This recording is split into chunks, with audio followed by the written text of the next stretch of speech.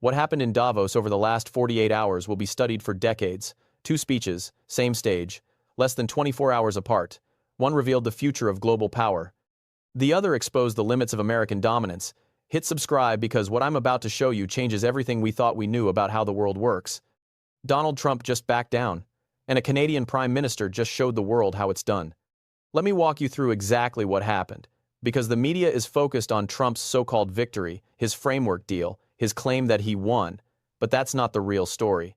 The real story is how Mark Carney walked onto that stage on Tuesday and delivered what may be the most important speech by a Western leader in years, and how Trump, less than 24 hours later, stood in that same spot and did something we rarely see from him. He retreated. Tuesday, January 20th, Mark Carney takes the stage at the World Economic Forum in Davos. If you don't know who Carney is, pay attention. Former governor of the Bank of Canada, former governor of the Bank of England, the only person in history to hold both positions.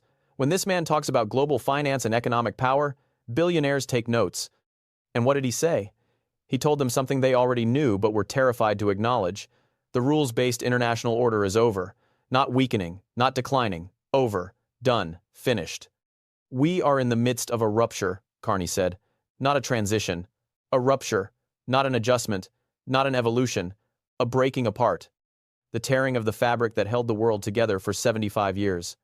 But here's where it gets interesting. Carney didn't just diagnose the problem. He laid out a strategy. And in doing so, he challenged Donald Trump without ever saying his name.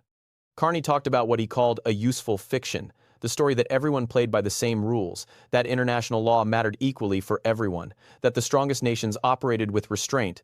We knew it was partially false, Carney admitted. We knew the strongest would exempt themselves when convenient. We knew trade rules were enforced asymmetrically. Then came the line that cut through everything. You cannot live within the lie of mutual benefit through integration when integration becomes the source of your subordination. Read that again. When being connected to a larger power doesn't benefit you, it controls you. When partnership turns to domination.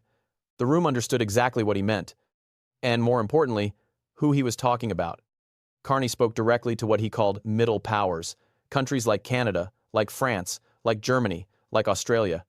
Nations with significant economic and military capacity, but not enough to stand alone against the true giants. And he told them something they desperately needed to hear. If you are not at the table, you are on the menu. That line landed like a thunderclap, because everyone in that room knew the context. At that exact moment, Donald Trump was threatening military action against Greenland, demanding that Denmark surrender sovereign territory, threatening tariffs against 8 European nations, treating the Atlantic Alliance like a real estate deal. And Carney, without naming Trump, was telling Europe, stand together or be devoured separately.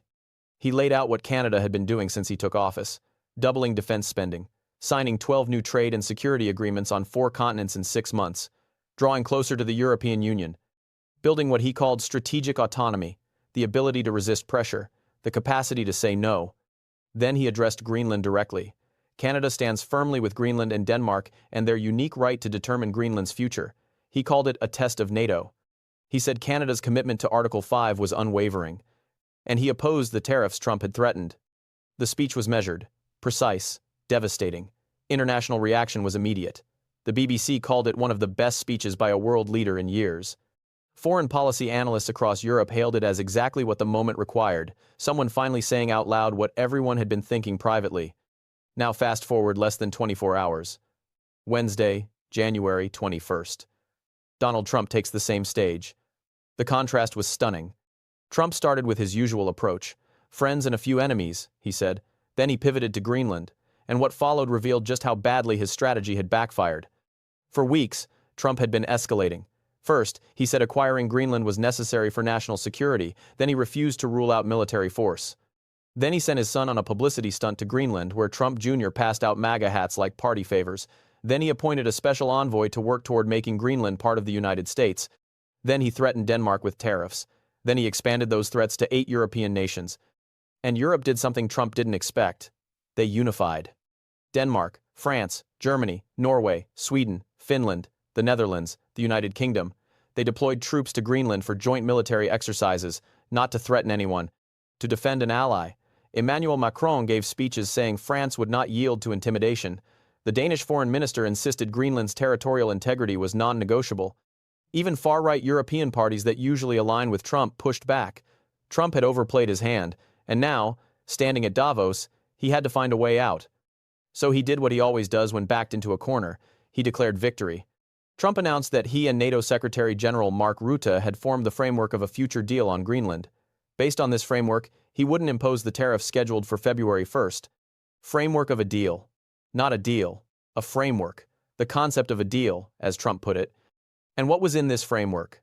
Trump said it involved cooperation on his missile defense project, mineral rights, security arrangements. But when pressed on whether the United States would gain ownership of Greenland, Trump was suddenly evasive. "I didn't want to say yet," he told reporters. "It's complex." Complex. That's what you say when you're backing down but don't want to admit it. Let me explain what actually happened here. Trump went to Davos demanding ownership of Greenland. Full ownership. He threatened military force. He threatened economic warfare. He portrayed himself as unstoppable. And Europe called his bluff. Denmark didn't blink. Neither did France or Germany or the EU. They deployed troops. They prepared for the worst. And they made clear they would invoke Article 5 of NATO if the United States attacked Greenland, which would mean the United States would be at war with its own alliance. The most successful military alliance in modern history would dissolve, and America would stand alone against Europe. Trump looked at that scenario and realized he had no good options. He couldn't actually invade Greenland without triggering catastrophe. He couldn't impose tariffs without devastating the American economy. And he couldn't just walk away without losing face. So he negotiated what diplomats are already calling a face-saving compromise. The framework isn't about ownership. It's about cooperation, enhanced security arrangements that were already in place, mineral development that Greenland has been seeking for years, coordination on Arctic defense that NATO has been discussing for months. In other words, Trump is getting what the United States already had, packaged as a new deal so he can claim victory. And critically, he backed away from the military threat. During his Davos speech, Trump said explicitly that he would not use force. "Military is not on the table," he told reporters afterward. That's not a trivial shift. For weeks, he had refused to rule out military action. Now, with the whole world watching, he ruled it out. That's a climb down. No matter how you frame it, that's retreat. The Danish foreign minister was asked about Trump's framework announcement. His response was telling. He said Denmark would not negotiate based on abandoning fundamental principles. "We live in 2026, he said, as if reminding Trump that territorial conquest doesn't work the way it did in the 19th century. But here's what makes this historically significant. It's not just that Trump backed down, it's why he backed down, and what that reveals about the changing nature of power. For decades, American presidents could make demands and expect compliance, not through force, through the sheer weight of American economic and military dominance. The rules-based order Carney described wasn't actually based on rules, it was based on American hegemony. The U.S. wrote the rules, enforced them selectively, and expected deference. And for most of the post-war period, that system worked. Allies accepted American leadership because the benefits outweighed the costs. The U.S. protected sea lanes, provided nuclear deterrence, anchored the global financial system. In exchange, allies gave Washington significant leeway. But that bargain is breaking down, and Greenland is the moment where it became impossible to ignore. Trump assumed he could bully Denmark the way previous presidents might have. He assumed threats would produce compliance. He assumed Europe would prioritize its relationship with Washington over principles of sovereignty. He was wrong. And Mark Carney had predicted exactly this outcome in his speech the day before. Carney said that when great powers abandon rules for transactionalism, when they try to monetize relationships, allies will diversify. They'll buy insurance. They'll build the capacity to resist pressure. That's exactly what happened. Europe looked at Trump's threats and realized they couldn't rely on American restraint. So they acted. They deployed forces. They coordinated responses. They demonstrated that even middle powers, when unified, can constrain a superpower. This is the rupture Carney was describing. Not just the end of the old order, but the birth of something new. A world where American presidents can't simply demand compliance. Where alliances operate on reciprocity rather than hierarchy. Where sovereignty matters even for small nations when larger ones stand with them. And the irony? Trump's behavior accelerated this shift. His threats to Greenland did more to unite Europe than any speech or policy paper could have achieved. His tariff threats pushed NATO allies closer together. His disrespect for international law made rules-based frameworks more attractive by comparison. Carney understood this. That's why his speech resonated so powerfully. He wasn't nostalgic for the old order. He acknowledged its flaws openly. But he argued that middle powers could build something better, Not by confronting great powers directly, but by cooperating with each other, by pooling sovereignty where it made sense, by creating networks of mutual support that could resist coercion. The power of legitimacy, integrity, and rules will remain strong if we choose to wield them together, Carney said. Together. That's the key word. Trump's approach assumes bilateral leverage, one-on-one negotiations where the stronger party wins, but that strategy fails when smaller powers coordinate. When Denmark isn't alone but backed by France, Germany, the UK, and Canada, when resistance becomes collective rather than individual. And that's exactly what happened at Davos. Now let's talk about what this means going forward. The Greenland crisis might be diffused for now, but the underlying tensions remain. Trump's framework deal doesn't resolve anything fundamental. Denmark and Greenland have made clear they're not ceding sovereignty, and critically, Trump has a track record of abandoning agreements when they become inconvenient. So, this could flare up again, especially if Trump feels humiliated by how this played out. He declared victory, but everyone paying attention saw what actually happened. He threatened, Europe unified. He backed down. That's not the narrative Trump wanted. And presidents who feel undermined often try to reassert dominance through escalation, but something fundamental has changed. Europe now knows it can stand up to American pressure. NATO allies have demonstrated they will defend each other, even against threats from Washington. Middle powers have seen that coordination works. That precedent matters. It changes calculations. The next time Trump issues demands, allies will remember that resistance is possible, that unity provides protection, that sovereignty can be defended. And this doesn't just affect US-Europe relations, it affects how every nation thinks about power. If Europe can resist American pressure over Greenland, what does that mean for Asia, for Latin America? For any region where Washington has traditionally expected deference? The rules-based order might be over, as Carney said, but the chaos Trump hoped to exploit is giving birth to something else. Networks of mutual defense, coalitions of middle powers. A multipolar world where dominance is harder to achieve and maintain. The economic implications are enormous. Markets hate uncertainty. When the president threatens military action against allies, investors move capital, supply chains get reassessed, risk premiums increase. The immediate market reaction to Trump's tariff threats was negative. Stocks fell. The dollar weakened. When he announced his framework deal, markets rebounded. But that relief was temporary. Because investors now understand that Trump's approach creates volatility, and volatility has costs. Companies considering expanding operations in the US are reconsidering. Trading partners negotiating deals are hedging. Allies that provided diplomatic support are calculating whether alignment with Washington is worth the risk. This erosion of trust happens slowly, then suddenly, and once lost, it's incredibly difficult to rebuild. European leaders understand this. That's why Macron and others have been so vocal.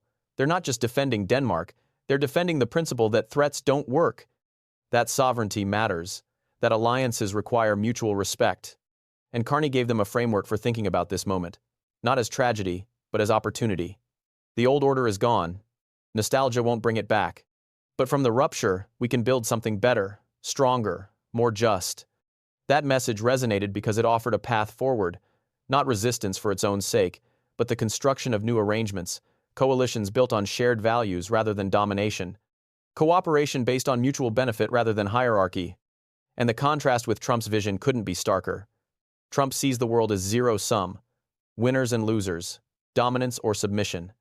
Strength measured in the ability to extract concessions through threats. Carney sees interdependence, shared challenges requiring collective solutions, strength measured in the capacity to build coalitions and maintain them. One vision is rooted in the past, the other looks toward what comes next, and at Davos, the world saw both visions on display, one day apart, same venue, same audience. Completely different approaches. Carney spoke to the future, Trump revealed his limitations. And that's the story that matters. Not the framework deal, not the tariff threats, but the demonstration that American power has limits, that threats can fail, that allies can resist, that middle powers, when unified, can constrain even a superpower. Trump went to Davos seeking to project dominance over Greenland. He left having retreated from his most extreme demands. He declared victory. But everyone watching saw what actually happened. Mark Carney didn't confront Trump directly. He didn't need to. He simply laid out an alternative vision. And in doing so, he demonstrated what leadership looks like when it's not based on intimidation.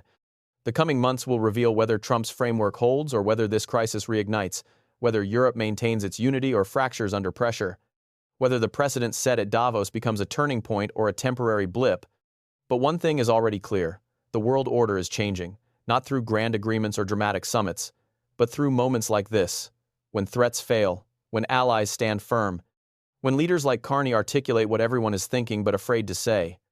And when history looks back at this week in Davos, it won't remember Trump's framework deal. It will remember the Canadian Prime Minister who told the world the truth, that the old order is over.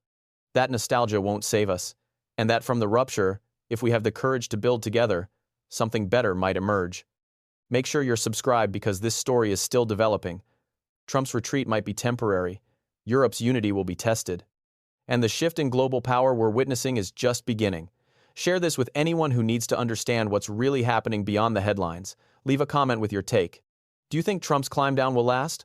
Or are we heading toward another confrontation? The answer will shape the world for decades. Thanks for watching. I'll see you in the next one.